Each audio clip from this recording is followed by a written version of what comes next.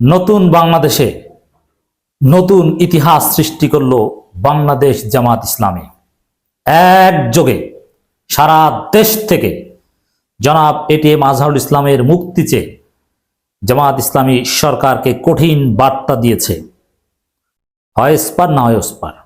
ATM Azharul ইসলামের মুক্তি দিতেই হবে। মুক্তি না দিলে সামনে সুপ্রিম কোর্ট ঘেরাও থেকে শুরু করে বঙ্গভবন যমুনা ঘেরাও যে কোনো কর্মসূচি আসতে পারে, এমনকি জেলের তালা ভাঙা কর্মসূচি আসতে পারে, বলা যায় না। এটা আমি একবারই বললাম। মিছিল কত প্রকার ও কি কি,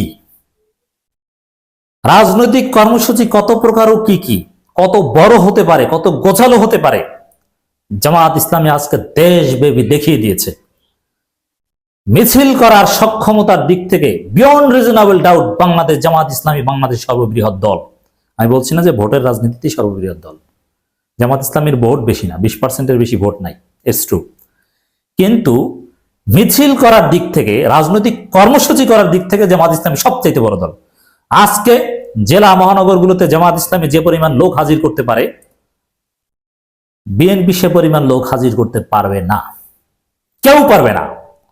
অতএব এটিএম আজহারুল ইসলামের মুক্তির দাবিতে রাজধানী ঢাকা থেকে শুরু করে সারা বাংলাদেশে জামাত ইসলামী যে মিছিল করেছে, এটা প্রমাণ করে এই মুহূর্তে রাজনৈতিক কর্মীর দিক থেকে জামাত ইসলামী সর্ববৃহৎ দল। আবারও বলছি, ভোটের রাজনীতিতে নয়। অতএব যারা মাঠে সবচেয়ে বেশি লোক হাজির করতে পারে, যাদের কর্মী বেশি, ভোটার হয়তো বেশি নয় কিন্তু কর্মী বেশি, তাদের সাথে লাগতে গেলে খবর আছে। যাদের শক্তি বেশি তারা অনেক কিছু করতে পারে।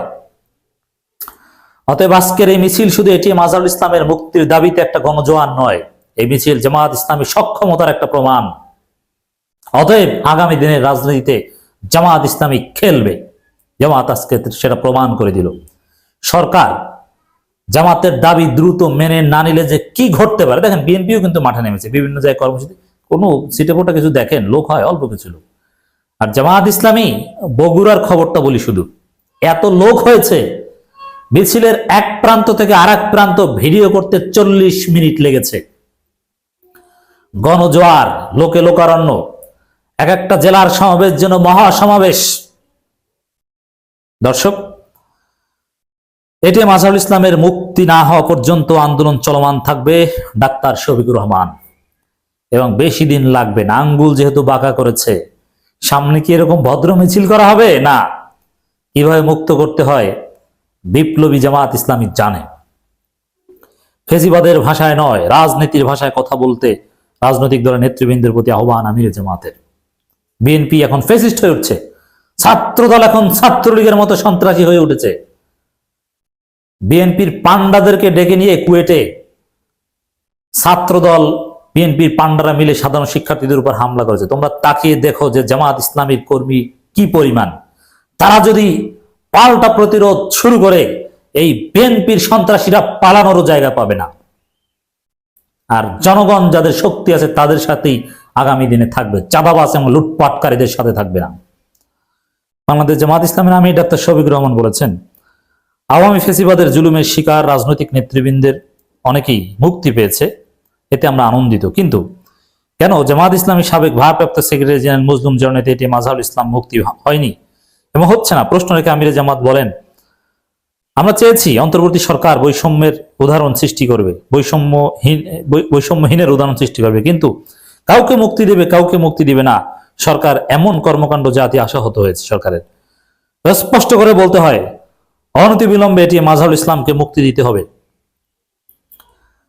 জামাত ইসলামের নিবন্ধন ও প্রতীক ফিরিয়ে দিতে হবে, নতুবা জামাত ইসলামী রাজপথে গণতান্ত্রিক আন্দোলন চলমান রাখবে এবং আন্দোলনের মাধ্যমে দাবি আদায় সরকারকে বাধ্য করা হবে।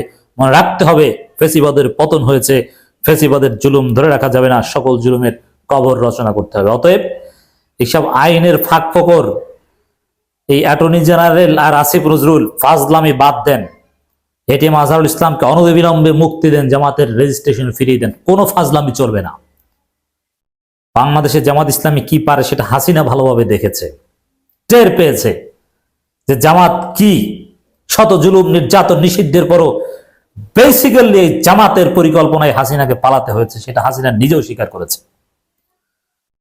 মঙ্গলবার 18 ফেব্রুয়ারি বিকেলে পল্টন মোড়ে বাংলাদেশ জামাত ইসলামী ঢাকা মহানগর কর্তৃক এটিএম আজহারুল ইসলামের মুক্তির দাবিতে আয়োজিত বিক্ষোভ সমাবেশে প্রধান অতিথির বক্তব্যে তিনি সব কথা বলেন। এ সময় আমির জামাত আরো বলেন, আওয়ামী লীগের রাজনীতির প্রতিহিংসার শিকার জামাত ইসলামী। জামাত ইসলামী শীর্ষ নেতৃবৃন্দকে আওয়ামী লীগ বিচারিক হত্যা করেছে। যখন দলের ভারপ্রাপ্ত সেক্রেটারি জেনারেল দায়িত্ব পালন করেছেন এটিএম আজহারুল ইসলাম, তখন আওয়ামী লীগ তাকে আটক রেখে মিথ্যা মামলা দিয়ে বিগত 13 বছর কারাগারে বন্দী করে রেখেছে। ফেসিবাদের ভাষায় নয়, রাজনীতির ভাষায় কথা বলতে রাজনৈতিক দলের নেতৃবৃন্দের প্রতি আহ্বান জানান ডাক্তার শফিকুর রহমান। জামাত ইসলাম এক আল্লাহ ব্যতীত কাউকে ভয় করে না, কারো কাছে মাথা নত করে না। বহু আপোষের প্রস্তাব জামাত ইসলামী ছুঁড়ে ফেলে দিয়েছে। কারা কোথায় মাথা নত করেছে তা আমাদের জানা আছে, তথ্য আছে। বিএনপি কোন কোন জায়গায় দালালি করে আন্দোলন বিক্রি করে দিয়েছে এদেশের সচেতন মানুষ জানে, আমরাও জানি। এবং হাসিনা পালানোর পর কোন আওয়ামী লীগ নেতাকে বিএনপির কে আশ্রয় দিয়েছে এগুলোও আমরা জানি, ছাত্ররাও জানে। আমির জামাত বলছেন, জামাত ইসলামী কারো চোখ রাঙানিতে ভয় করে না, বরং সকল অপশক্তি ও ফেসিবাদ নিপাত করতে জানে। তিনি উপস্থিত নেতাকর্মীদের থেকে জানতে চান, বিগত 15.5 বছর যেভাবে জাতিকে ফেসিবাদের হাত থেকে মুক্তি দিতে বাংলাদেশ থেকে বৈষম্য দূর করতে লড়াই করা হয়েছে, বৈষম্য মুক্ত না হওয়া পর্যন্ত সেই লড়াই অব্যাহত রাখা যাবে কিনা। এই সময় উপস্থিত লাখ লাখ নেতাকর্মী লড়াই অব্যাহত রাখার স্লোগান দিতে দেখা যায়। লাখ লাখ নেতাকর্মী, চিন্তা করেন, এত লোক নিয়ে মিছিল করার সক্ষমতা বাংলাদেশের কার আছে? এদের সাথে যদি ছাত্র যোগ হয়, কেউ ঠেকাতে পারবে না নতুন বাংলাদেশকে। ছাত্র বলতে এই নাগরিক কমিটি, বৈষম্য ছাত্র, এদেরকে বুঝিয়েছি। উচ্চকিত কণ্ঠে স্লোগান দিয়ে বলেন, আবু সাইদ মুগ্ধের শেষ হয়নি যুদ্ধ। আমি যেমন যে জায়গায় যান সেই জায়গায় স্লোগান দেন। জামাত ইসলামীর আরো বিভিন্ন পর্যায়ের নেতারা বক্তব্য দেন। সারা দেশ থেকে বার্তা একটাই, এটিএম আজহারুল ইসলামের মুক্তি দিতে হবে, নিবন্ধন ফিরে দিতে হবে। একযোগে সরকারকে কঠিন বার্তা দিল জামাত ইসলামী। অতএব জামাত ইসলামী বাংলাদেশের রাজনীতিতে কি আজকে প্রমাণিত হলো। দর্শক, এই কর্মসূচি জামাতের জন্য প্রয়োজন ছিল। জামাতকে অনেকে তুচ্ছতাচ্ছিল্য করা শুরু করেছে, জামাতকে ভয়ভীতি দেখায়, শিবিরের উপর হামলা করে। আপনারা দেখেছেন না, পাবনায় জামাত ইসলামের অফিস ভাঙচুর করেছে বিএনপি সন্ত্রাসীরা। অতএব জামাতের সাথে অনেক বাড়াবাড়ি বিএনপি সন্ত্রাসীরা করছে। এগুলোর জবাব দিতে হবে, কোনো ছাড় দেওয়া চলবে না। দর্শক, তবে জনগণের অনুভূতির দিকে একটু জামাতকেও খেয়াল রাখতে হবে। যেমন জামাত ইসলামী আজকের কর্মসূচিটা ছিল অফিস ডেতে, যদিও বিকালে ছিল, কিন্তু ওই টাইমটায় অফিস শেষ করে মানুষ বাড়ির দিকে যাচ্ছিল। জামাতের প্রোগ্রামের কারণে কিছুটা হলো জনগণের ভোগান্তি হয়েছে, যেহেতু বিশাল প্রোগ্রাম, যানজট হয়েছে। যতই যৌক্তিক দাবি হোক, যানজটে পড়লে জনগণ বিরক্ত হয়। এজন্য অফিস ডেতে অ্যাটলিস্ট রাজপথে বা গুরুত্বপূর্ণ অফিস এলাকায় কর্মসূচি না দেওয়াই উচিত। এই জিনিসটা জামাতকে ভাবতে হবে। জামাতের এই কর্মসূচিটা যদি শুক্রবার বা শনিবার হতো আরো ভালো হতো। যদিও এটা জরুরি কর্মসূচি দিতে হয়েছে, কারণ জরুরতের ক্ষেত্রে কোনো মাসালা চলে না। কিন্তু তারপরও জনগণের কোনো ভোগান্তি দিয়ে জামাত ইসলামী কোনো রাজনীতি করবে না, আমরা এটা দেখতে চাই। কারণ এখন এই স্বাধীন বাংলাদেশের জনগণ এইসব ভোগান্তিকেও সিরিয়াসলি দেখে। জামাত ইসলামী সব কার্যক্রম হবে জনবান্ধব।